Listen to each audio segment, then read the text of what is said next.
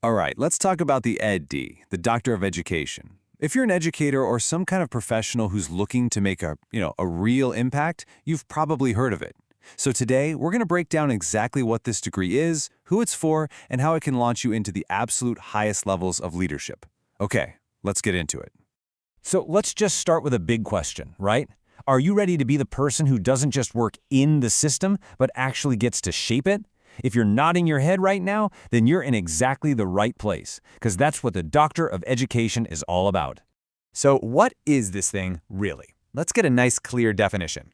This isn't just another degree to hang on the wall. It's what we call a professional doctorate. Okay, the key words you gotta focus on here are professional, real-world challenges, and change agents. See, unlike a more traditional research doctorate, the ED is all about application.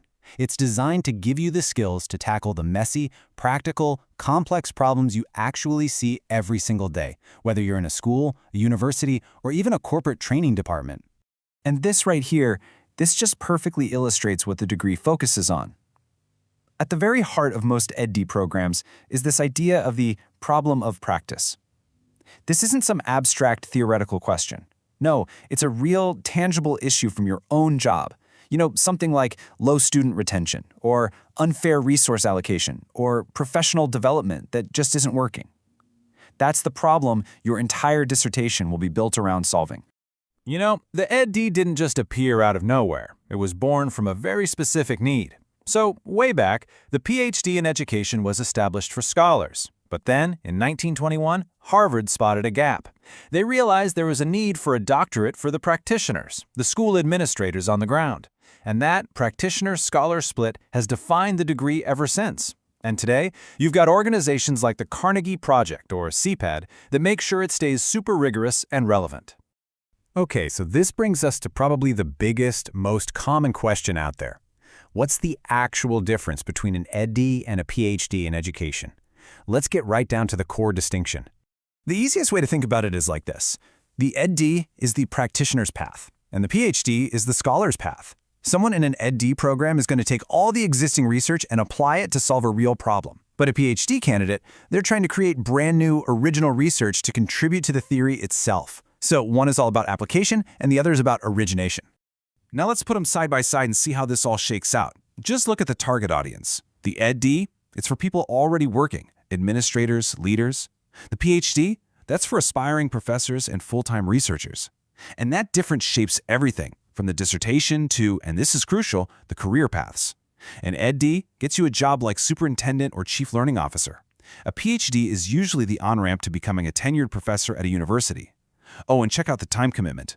The EdD is often way faster and built for part-time study. So let's say you're leaning towards that practitioner's path. It sounds like you. But what does that journey actually look and feel like? Let's break it down. Most programs, and this is great, can be broken down into 3 pretty clear phases. First, you've got your advanced coursework. You're basically building your leadership toolkit. Then you have to prove you've mastered all that stuff through your comprehensive exams. And finally, the whole thing culminates in that dissertation in practice, where you take everything you've learned and use it to solve that real-world problem we keep talking about. And here's a huge deal for most people. The timeline is typically about 3 to 4 years, and it's almost always designed with online or hybrid options. Why? So you can earn your doctorate without having to quit your full-time job. That's a game changer. Now, in terms of the actual workload, it's definitely a serious academic commitment.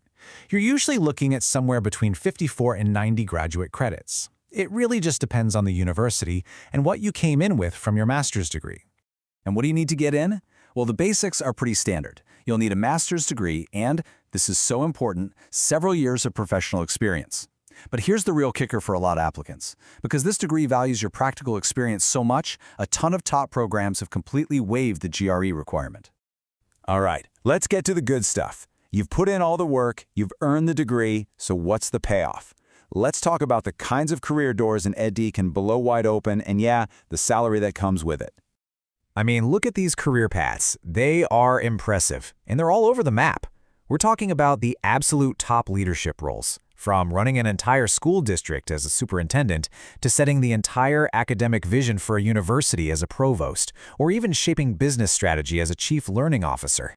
And yes, the financial return on this investment is pretty significant. Let's look at a school superintendent. You're talking a median salary of around $149,000. Move over into higher education leadership, and the median starting salary for a college president jumps even higher to about $169,000. And it's not just in traditional education.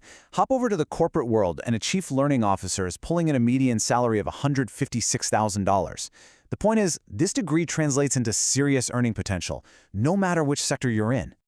Okay, we have covered a ton of ground. What an EdD is, who it's for, what it leads to. So now we come to the final, and let's be honest, the most important part. Is this the right path for you? You know, every big decision has pros and cons. So let's be real about them. The pros are huge. You get practical skills you can use on your job tomorrow, the flexibility to keep working, and a really high return on your investment. But you gotta weigh the cons. It's incredibly time-intensive, especially with a job. It's not the best path if you want a purely academic career. And yeah, it can be expensive, so researching programs and financial aid is a must. You know, I think this quote just absolutely nails it. It really boils everything down to one essential choice. Do you want to use research for immediate impact, or do you want to create foundational knowledge that other people might use later on? That's really the heart of the decision. So that leaves us right here with this one last question. When you really think about your ultimate career goal, what gets you more fired up? The idea of advancing knowledge or the idea of applying it? If you can answer that question honestly, you'll know for sure if the Doctor of Education is your path to becoming a true leader of change. Thanks for tuning in.